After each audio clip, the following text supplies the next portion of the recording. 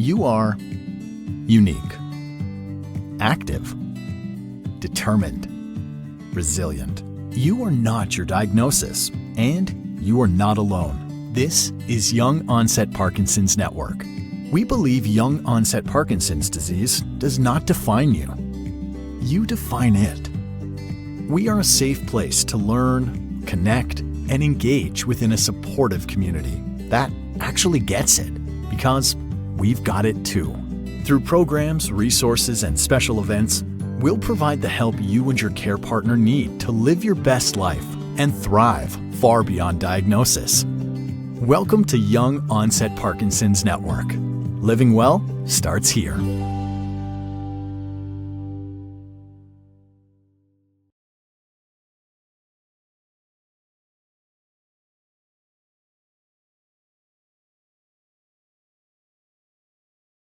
Hey, it's Mel, and I'm here with my friends Chris and Esther, and this month we are talking about mental wellness. My favorite topic, and also very strange that it is. Yeah, I don't know if a lot of people realize this, but even before I really knew you, I listened to the first YOPN podcast with you in it, and then Chris has one as well, if anybody's interested in going back into the archive. They were really interesting, and your guys both have interesting journeys with mental health, as do I, but on this one, I'm gonna defer to you guys to start it off, because your journeys are a little bit more interesting, I think, at least from my perspective. Diverse. Say, define interesting. I mean, mine got a special warning, so, I think it's the only most searched here my quality podcast that has a trigger warning. Yeah. I volunteered for about 30 years almost, which makes me feel ancient, for AFSP, because they started in 1987. And I signed up with them when I first heard about them. And I don't even remember, I think it was through school. And what is that? AFSP again? is the American Federation for Suicide Prevention. Behind me, 988. Most of what I've done is letter writing, lobbying, campaigning, stuff like that. In the beginning, I wasn't encouraged to be part of it because my family was kind of like, well, it's kind of letting the skeletons out of the closet. I'm like, yeah, well, we're fully out already. So let's just talk about it. And there was always, that was a disagreement between my mom's family and I for a long time, but I did it anyway because that's what I do. And I still volunteer with them, believe it or not, behind the scenes, same thing, like writing letters, making phone calls here and there. It's a really good foundation. It's grown in numbers, and they have walks all over the country, and they do all sorts of things for people at risk. And it's good to be part of it. Very, very good organization to be part of. But just organizations. So are you comfortable giving the background a little bit about why suicide prevention is so personal to you? So we lost my mom in 1988 when she was 34. I was 13 and my sister was 6. And basically she was here one day and then she left a note and she was gone. So we moved on from that pretty quickly, which did put me in a great headspace. And I was always kind of wanting to know the whys of what was going on. So being part of AFSP was a way that I could understand her mindset and what she was going through. But my mom was diagnosed manic depressive bipolar, which is today's bipolar. Is that bipolar 1 or bipolar 2? I don't remember. I think it depends on... Yeah, because she was... I don't know. I'm trying to remember. I think because Angie's 2, I believe. I think it depends on if you're more manic than depressed versus more depressed than my manic. Mom was more... Well, Angie doesn't, when she gets into it, she doesn't like the manic part. She would just rather do the depressed part because... The manic was scary. Yeah. I mean, that's a whole different topic there, but it's... Oh, yeah. And Chris, for our listeners, do you mind talking about who Angie is? Oh, Angie's kind of your... She's my... wife, spouse. Queen of his world. Yeah. Yeah. She is. I mean, we've been And she's the together. queen of my world. Gosh, we started dating in 99 and got married in 2003. We've been together more than half. I mean, yeah, been together more than half of her adult life. So, but And she she's was diagnosed with bipolar. bipolar. Yeah, I think she'd always had issues with depression and, anxiety, and that it kind of runs in her family on their side. Mine too. But that was kind of my first personal introduction to the whole bipolar, like an actual depressive diagnosis. Because you've heard about it, but I mean, there's quite a few folks on my side of the family that are undiagnosed and that probably should. Mine as But well. she has, through our relationship, I have learned and experienced, and then once being diagnosed with Parkinson's and realizing all of the fun and exciting mental health issues that comes along with that, anxiety, hello, it helped. I mean, it's Yeah. because, I mean, I kind of knew what panic attacks were from watching her deal with them, but I'd never experienced it. And it's a completely different, a panic attack isn't always just, oh my God, you're freaking out kind of thing. Mine, it's that little voice in my head that's just, what are you doing? What are you doing? Why are you doing this? Well, if you do that, then, well, this is going to happen, and that's going to happen, then you're going to have to do this. And then it just snowballs. And the next thing you know, you're frozen. You're like, oh my God, what am I doing? Existential. And if you're lucky, right. And if you're lucky, you remember it's like, well, I can try to breathe. Yeah. And there's a bunch of different other things you can try to recognize and whatnot. Yeah. I mean, Mel's taught me several different items but it's one of those, when you're in that moment, you're lucky, I think, if you can ground yourself enough to remember, hey, this is temporary kind of thing. And That means the neurochemicals. Yeah. It's my mantra. That means the neurochemicals. Right. And I mean, we're all just victims of wonky brain chemistry here. It just manifests in different ways based on our metabolism and cellular makeup. So not to jump on the bandwagon, but I too have a history of bipolar disorder in my family. Pretty common. And I was diagnosed bipolar in my late teens, early 20s. And I took medication for that for several years, but I had a lot of problems with the medication, which is kind of my story with medication in general. yeah. I remember seeing a psychiatrist one time that I always think about. I was in graduate school. I was under a lot of stress, and I was having a lot of test-related anxiety. So I went back and I found a psychiatrist. I had been off medication for years, and I thought coping, fine. And he said, he put me on some SSRI, and we kept bouncing around on them because I kept having a lot of GI problems. Yeah. And I remember, I'll never forget him saying that you have more dopaminergic cells in your stomach than in your brain. And I thought, that's crazy. Like, because I was in pharmacy school at the time. So we were talking about medicine stuff. Mm-hmm.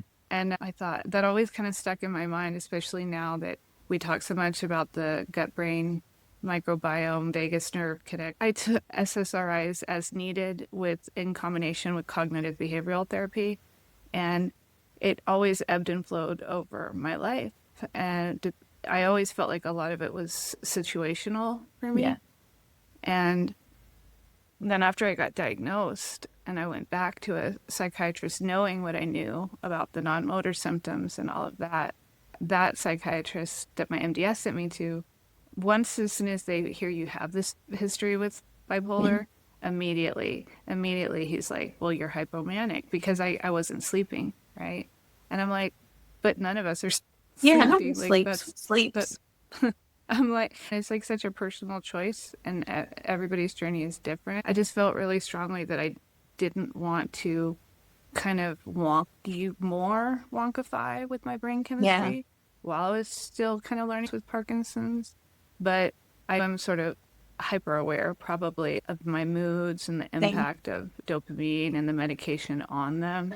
And it's probably more than anything what keeps me taking it, because if I don't, I get so depressed so fast. I recognize that because it's not even it's even when I wake up in the morning, because I don't take anything at night. When I wake up in the morning, it's like, why do I exist in the world? And then like 45 minutes later, I'm like, let's get on with the day. Yeah, all of a sudden It you're is. melting out, walking on sunshine, and you're like, what happened? Well, it's just timing when the meds, Yeah. whatever part of our brain chemistry lines up at that point, Yeah. or levels out or whatever. But Angie and I, like, we've had many conversations, and I think you and I, Mel, have talked about this. The similarities between, bipolar disorder and Parkinson's are really, really interesting. They're very close. There's a lot of strange overlap that you really wouldn't expect there.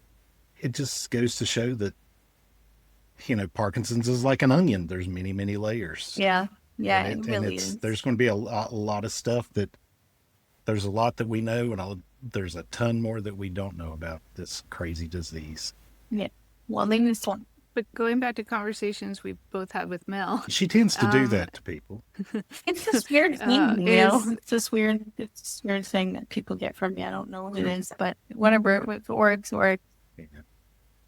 but we always also have talked about the role of other neurochemicals. Like, we live in this space and we all are, well-read and lived experience, but it never ceases to amaze me day after day. I'll talk about it online, and I'll get inevitably posts from people that are like, wait a second, depression is a symptom of Parkinson? Wait a second, anxiety is a symptom of Parkinson? Wait, what? The meds impact that? Well, What are you guys not being told? Well, because it's the first almost one, scary. Well, I think it's more like doctors don't really want to tell you all the things that could happen because of the whole placebo effect situation. SIBO. Yeah. But then, but you should at least have an idea, because the person you have a panic attack, you're like, what is this? Why is this happening? And it's so hard to get yourself out of it. And there's all these little tips and tricks and things that you could have prepared, in the event that it ever happened that you may not have. Like the best advice I got from anyone was Eric. He's very strong. Eric said, if you're having a panic attack, if you have lemon, put a piece of lemon in your mouth, because the sour will interrupt. Your brain can only do so many things. So the sour kind of disrupts. But for me, I like lemon, so that wasn't enough. And limes weren't enough. But I'll tell you what, extra, what is it? The extra sour warheads are That makes sense, and that explains why he's always, every time I see him, he's got a huge sack of sour candy with him. That's why, that's exactly why, Yeah, well, those I've are been just a little bit down. That's not going to. So I That's have not an going to emotional distract you. support chocolate. Yeah, that's not going to break up an anxiety attack. It's going to make you feel better. Make you happy. It'd be even happier if you gave it to me. I'm just kidding. Yeah, Why you you gotta go for 6 hours? I'm going to take a more radical stance, which is I just firmly believe that there's certain referrals, certain things that should happen on diagnosis for all of us, that there's no reason that there shouldn't be. And one of those is a referral to a psychiatrist and a therapist. I mean, just for a multitude of reasons. And the fact that is something that I even had to go ask for. If you go look at the American Academy of Neurology's quality guidelines, that's in there. They know they're supposed to do that. It's evidence-based no one practice. does. They don't. No. And that's a big problem. It's not an insignificant life event. I think really our spouses should also, I think it should be family therapy. Oh, it's a team effort. Because it affects everyone in different ways. And that way the MDS would feel, or the neurologist, I'm sure, would feel more comfortable, because they're not really the best trained to sort of have that conversation with us. And that's okay, because there's plenty of people out there that are. But that first year, I asked for that referral at my 1-year follow-up, and that was a rough year. you know? Well, you shouldn't have to ask for a referral. For mental health, for physical therapy, you should see a dietitian, you should see a urologist. Like all these things should just be done. Should be included. Because then you have it, that should be part of your Parkinson's tool. Yes. And that information about mental health should be right there, like, along with tips and tricks, the things that you can do, like even if you glean them from here or there. Yeah. I mean, I had to wear a panic attack the other day. Nobody had ever told me to put a piece of lime in my mouth. I wouldn't have been able to get my kids from school because I was not well. They're supposed to assess us. They're supposed to screen us, just like our primary care physicians every year. Well, I mean, and again, the American Academy of Neurology guidelines, like, are they screening you for anxiety? Are they screening you for depression? If you're on a medication for impulse control issues, practice. Right. But that goes back to your that's question. It doesn't happen. You know what I mean? Like, it goes back to answer the question. And we all go, "Oh, I know what this is for." No, I don't have those. No, I literally no one asked me the question. That's the thing. And I've been in this, literally nobody asked me that question. You get it I every have time to I go go in. I'm falling apart. Mine's usually, I'll get it. It's either on the form or it's on intake, like when they're checking the vitals. Yeah. It's, have you felt down? Have you felt bad about yourself in the last 3 weeks? Blah, blah, blah, kind of thing. Have you thought about hurting yourself or anyone else, kind of thing? Yeah. But it's just a checkbox on the sheet. Yeah. And then they look at it and score it. It's like a scoring system. Medicare. It is. Yeah. You have Medicare. And Medicare does it on your annual exam. Yeah, because they have to do it to get, that's the requirement. But like I said, I always feel like I'm this outlier out here because I'm not in a large city. I don't have access to specialists in the same way. And so when I go in, it's like maybe they're assuming somebody else does it, but it's not getting done. And I think that's the case for the majority of people. Well, why is it? My question's always been, why is there this huge disconnect between mental health and just health? Right. It's just health. I know it's brain, it's inside our head, but it's still, it's part of it's part of, and probably I would venture to say one of the more important parts of dealing with this Parkinson's or any kind of chronic condition. Yes. Yeah, Parkinson's, you take a pill. You have a headache, you take a pill. You have this, you take a pill. Like you have mental health issues, you take a pill. They're like, oh, she's on med. She's taking some. And you're like, okay. Like now that I'm older, I understand it more, and the stigma is just there. Oh, the stigma, right? Then like we as a nation have made no progress on mental health stigma. Well, my mom died, it was swept under the rug. Yeah, the whole thing was swept under. I'm sure. And then when you talked about it, you talked about it. Because that's how it was done. I remember going to the doctor when I had my second child, which was right, like my 13 months apart. So when I had Amanda in 1994, I remember the doctor running through my personal history. He was like, remind me again. He's like, your dad, he's here and he passed away. I'm like, no, he's here. He's like, your mom, like, she passed away. He's like, how old was she when she died? I was like 34. He goes, okay, how did she die? I said, she committed suicide. And the nurse went, oh my God. And I was like, are you all right? Like, because I'm all right. Like, the more we talk about it, the more normal it becomes. And she was like, oh, you just shocked me. I wasn't expecting that. Do you usually just come out with it like that? Well, yeah, because that's true.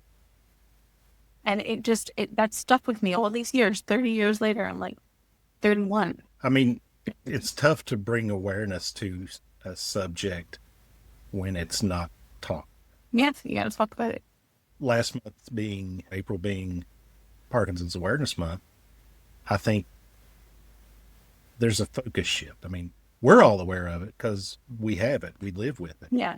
But how do we connect that to the people that aren't included in the club of having Parkinson's, or how the PWPs, or the spouses, caretakers? Yeah. What did they call them? I was trying to. Is it like, it'll come to me? There's like an internet abbreviation. Like, isn't it like Dear H or DW or DH, like dear husband, dear wife? like that sort of something thing. like that. So it's a weird thing. Very Yeah. 1950s. But it's all of this has to be included. Yes. And what you were saying about the stigma, yeah, I mean it's like a glass ceiling thing, Yeah. right? That I don't know, you gotta break through that somehow. Yeah. But I don't know how to do it. I feel like most days I'm just screaming into the void.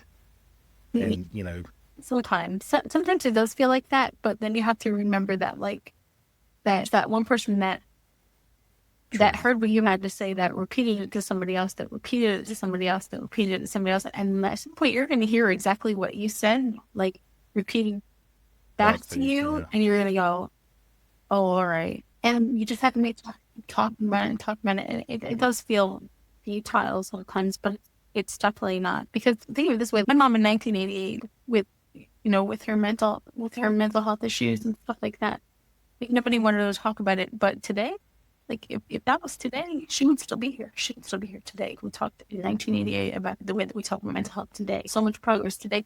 You couldn't say the word suicide. You couldn't say the word mental illness. You couldn't say panic attack. You couldn't say bipolar. You said bipolar. You're like, oh man, she's cray and she's big head cray, and it's not that. It's a chemical imbalance. It's a chemical imbalance. The same as everybody else. Like, we it's are the same not, as being, diabetic or having, high blood pressure. It's like you said, it's a chemical imbalance. So then you take medicine for it if you have to, or you do counseling, or you do whatever it is that you need to do to make it manageable. Same thing. To regulate those levels. Yeah. Yeah, CBT is great. Last year I had a really hard year, and in the fall I had some specific personal things happen where I just really was in a dark place. And it was funny because it was Suicide Awareness Month or something. September. And I was scrolling. I woke up and I was scrolling and I saw that it was that, and I'm like, okay, I'm going to make a post. But before I made a post about it, I was watching somebody else's post, and they were going down the list of, do you have this? Do you feel this? And as I was checking them, like, yes. And when I got to the end of it, that was my wake-up call. I was like, I am very depressed right now. I need help. And I went to the website for my insurance company, and I looked for mental health, and they had one of those online quick clinic things, and I signed up for it, and I got to talk to somebody online, like, within a couple of days. And I think in a lot of ways that saved my life. And then I scheduled weekly visits with that person, and it helped so many parts of my life and my relationships.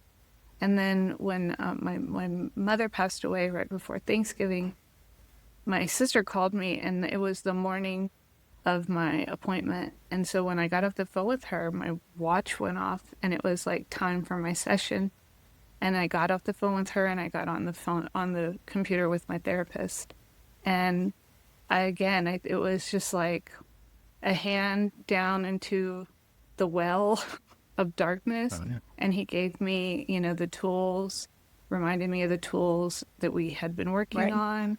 And it's so important to have and not have those things in place, because, it'll sneak up on you. People that I can talk to, but sometimes that third party, that impartial third party, that's just listening, just there to listen to you and help it without judgment or their own perspective. It's like so very important. If there's one takeaway that people have from this episode, I hope it's that, to have that in place, because like you said, Chris, it sneaks up on you, and you don't realize. You don't realize, like you're saying, about life comes at you fast. about getting to that dark place, right? It's 1 second you're walking along and it's bright and sunny, and then you turn a quarter and the lights go out, and it's just there's definitely been some holy shit moments that's like, wow. what just happened kind of thing. Well, But then there's others, like you said, you don't even realize it because it's so yes. subtle.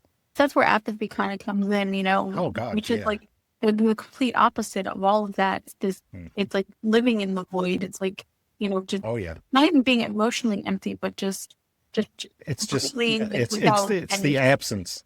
It's the absence of whatever emotion or there's nothing there. And yeah. you may It's not that you're new things, but that apathy is not going to allow you to do it. It's not yeah. to allow you to do it. And again, like that's something that you need to talk about because like the words "I need help" are the hardest words to teach language, in my opinion. Like they're the most difficult. Forget about pronunciation. We need to talk about enunciation. Like, you walk up to somebody and say, "I need help," you're going to get an immediate response. But you have to be able to articulate what you need because if you don't, and to realize that you're allowed to say it. Yeah, You're allowed one? to ask it. But and that again, it goes back to this stigma, like you're saying. You don't talk about it. It's okay to be okay. But and I know growing up when we did, I mean, we're all born in early mid 70s probably, right? I mean, growing up in the 80s, you just didn't. You just did what you had to do. You didn't talk about it. You just you didn't. You didn't confide in people. You didn't talk about issues. You just did. Freedom, you and me.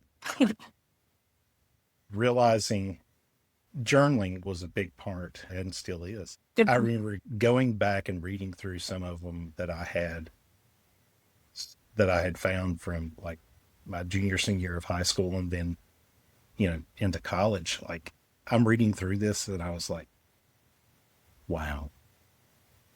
I mean, and it clicked then. I mean, this is like, what, 20, 30 years later that I read this and I'm like, I needed help then. Yeah. But I had no clue. I had no idea where to go, no who to talk to or whatever. So it was just like that. That's how it was back then. It was just like, that's all that we're code for. Can we talk about positive mindset, though, and how that plays into this? Because I remember it was around that same time that I had read something somewhere else that somebody had posted about choosing joy and waking up every day and choosing joy. Mm-hmm. And I think there's a discussion to be had about what is choice and what isn't a choice, right? You can choose it, but you got to put in the effort. Yeah. Because it's not, a choice is, you've got to have a vector instead of a direction. So vector, here's the nerd coming out with me. You've got movement and direction for a vector. So you can choose positive mindset, choose joy, but you've got to implement it. You have to put in work to maintain that choice. Because when you're in this depressive state, automatically your brain chemistry is working against you.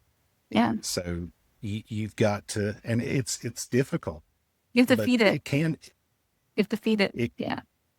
I just think when we know we have this condition where there's real clinical things happening in your brain, to have even that expectation on people that you're going to be able to positive mindset your way out of like real clinical depression is disingenuous and ultimately harmful. And that's how I felt at the time, because I kept waking up every morning trying to get there and I was failing. And then on top of everything was compounding this failure, when what I really needed to do was, like you said, ask for help.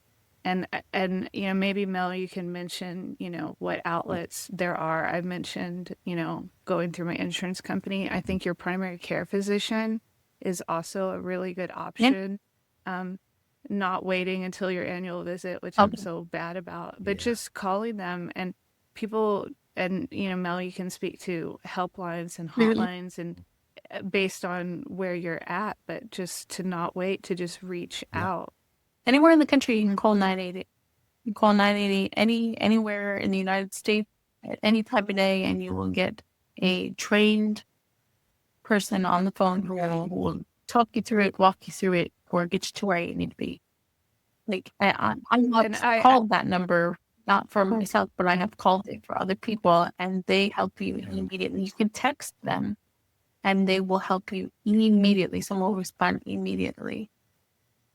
And that's a great point too. If you see it in those around you, in your loved ones, and your friends and family, to take that step for them, if they can't or won't for themselves, because it really is a matter of life and death. They may not see it, because I mean, every depression comes with behavioral changes. If the person that you care about is having behavioral changes to the extent that you're concerned and they're not already getting help for their mental health, and you feel like they're at risk, then call.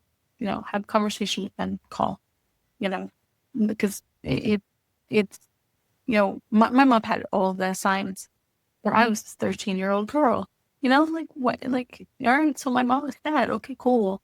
Okay, now she's really, really happy. No, now she's sad again. Like, that's how it went. So to me, it was just like, okay, mom's sad. Okay, well, mom's being mom again. Okay, now mom's, because she had those manic episodes, and then the lows and the highs and the lows, and that's bipolar disorder. That's classic bipolar disorder. The signs and symptoms are there, and if you see the signs and symptoms and you know that your person is at risk, you should call 1,000%. And like I said, I've had to do that a number of times, and just in befriending people in the Parkinson's community and all the things that we go through. Sometimes the only person that they talk to them is some stranger who's weirdly up at 2:00 in the morning and like is going to talk them through their rocanrol, like medication change or amantadine medication change, or just fact that they're feeling blue, like ran.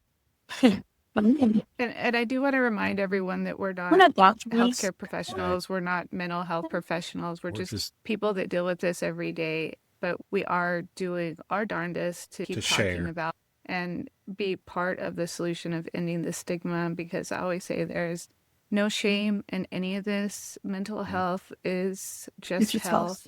And we shouldn't take it any differently than, any other medical condition. And it saddens me that I do, just like Mel, get a lot of messages from people, especially lately. I don't know what this is about, but like men crying, with Parkinson's crying and like freaking out because they're like, why am I crying all the time? Yeah. And I don't know, maybe you can speak to that, Chris, because it's just something that I feel like keeps cropping up. I'm not a big crier, but I think a lot of it is this, that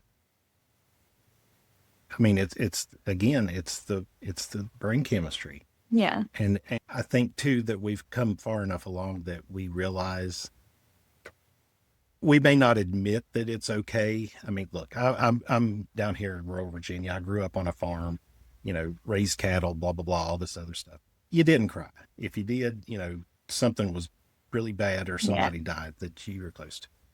But I think we hear it in the background that it's okay to have emotions.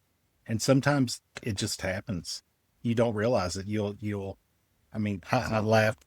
Well, I didn't laugh. We were discussing, I can't remember when, this was several years ago. I mean, my grandmother had passed. And, I spent majority of time probably before the age of 10 with her. I mean, it was, both parents worked. So before school, I was there. I would catch the bus, go at her house, and then would go back in the evenings. And it was difficult, but like it took a while after she passed that I was able to process those emotions and actually cry.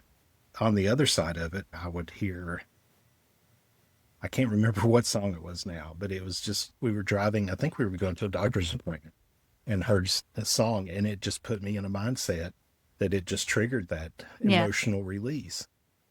So I guess subconsciously, like our brains know that it's allowed, but our conscious minds are saying, no, you have to be strong. You're not allowed to do that kind of thing. Conditioning. It's conditioning. And there's nothing wrong with it. I mean, if there was, we wouldn't have those tear ducts to be able to, allow that to happen. And it's very therapeutic. Not called pressure release valve. Yeah. Normalize men crying. Normalize mental health. Yes. I mean, Normalize, it's just health. I mean, it's okay for guys to be sad. It's okay for us to, cry when we see, those Sarah McLachlan commercials come on the TV. Those hurt. I'm sorry. I'm saying that to your birthday. Kids and pets, man. Kids and pets. Yeah. I can't do it. Gets me every time. Yep. I do want to drop one more recommend, though, that I used to give to people all the time and use myself when I worked. A lot, since this is YOPN, and a lot of our listeners probably still do work. Most of every employer I had employee assistance programs that included referrals to crisis intervention and things like that. So HR is always, a good source of information on that. And usually it's part of your onboarding, and you just have to ask. It's all confidential and things like that. So those resources are available. So don't, like you said, they're there, make use of them. So that's been our, 40-minute PSA on Parkinson's and mental health. Parkinson. It's all in your head. It is. Yep. Thanks for tuning in to the Living Well Starts Here vodcast with Young Onset Parkinson's Network.